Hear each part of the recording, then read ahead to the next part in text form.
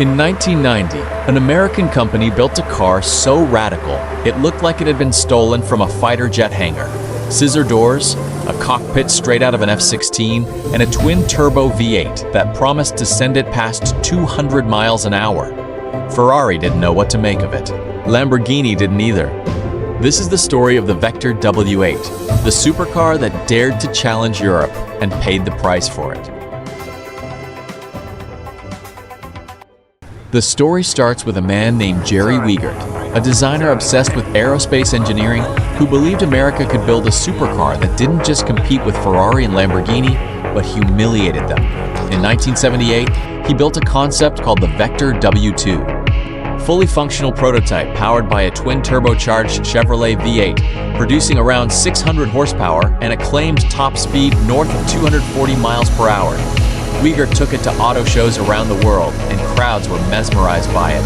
But there was a problem. He didn't have the money to put it into production, and the economic downturn of the late 1970s made investors nervous about backing an unproven American supercar maker. So the dream sat frozen for almost a decade.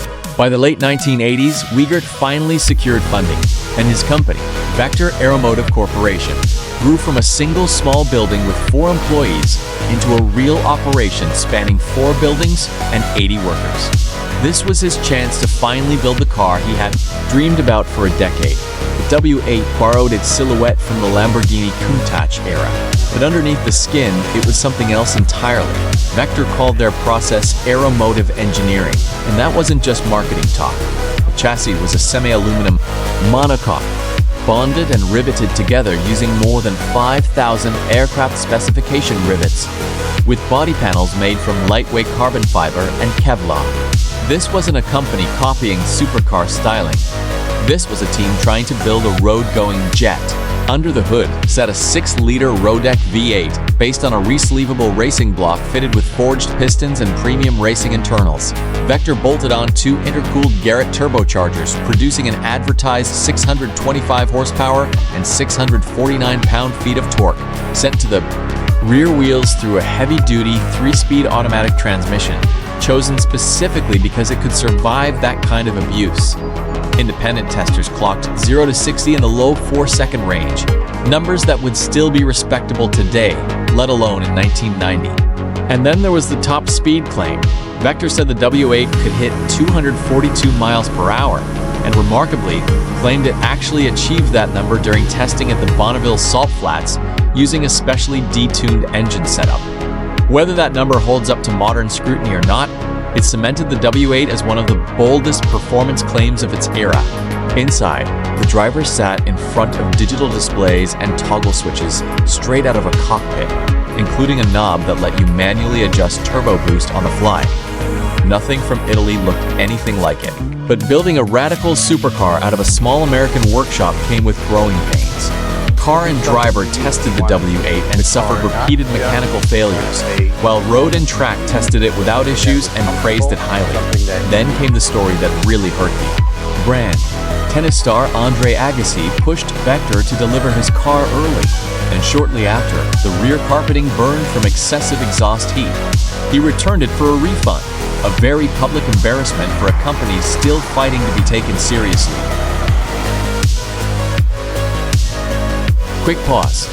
If you're enjoying stories about forgotten cars like this, tap subscribe. It really helps the channel. Back to it. Despite the setbacks, the W8 remains one of the rarest supercars ever built. Production ran from 1989 to 1993, with somewhere between 17 and 22 units ever completed, each essentially hand-built in Los Angeles. It even passed US crash and emissions testing. No small feat for a tiny manufacturer using exotic materials nobody else was touching yet. Unfortunately, mounting costs and reliability issues led to serious internal conflict, and Wiegert eventually lost control of his own company. Later models under new ownership never captured the same spotlight, and despite years of attempts to revive the brand, nothing Vector built again matched the impact of the original W8. At a time when Ferrari, Lamborghini, and Porsche owned the supercar conversation, a small American company dared to build something with nothing to hide behind but sheer audacity. It didn't matter that the execution was flawed. What mattered was the attempt. The Vector W8 proved America could dream just as big as Italy. If you ever spot one at a car show, you're looking at one of maybe 20 left of a car that tried to change the supercar world forever. Let me know in the comments if you want to follow up on what happened to Vector after the W8, because that story gets even wilder. Thanks for watching, and I'll see you in the next video.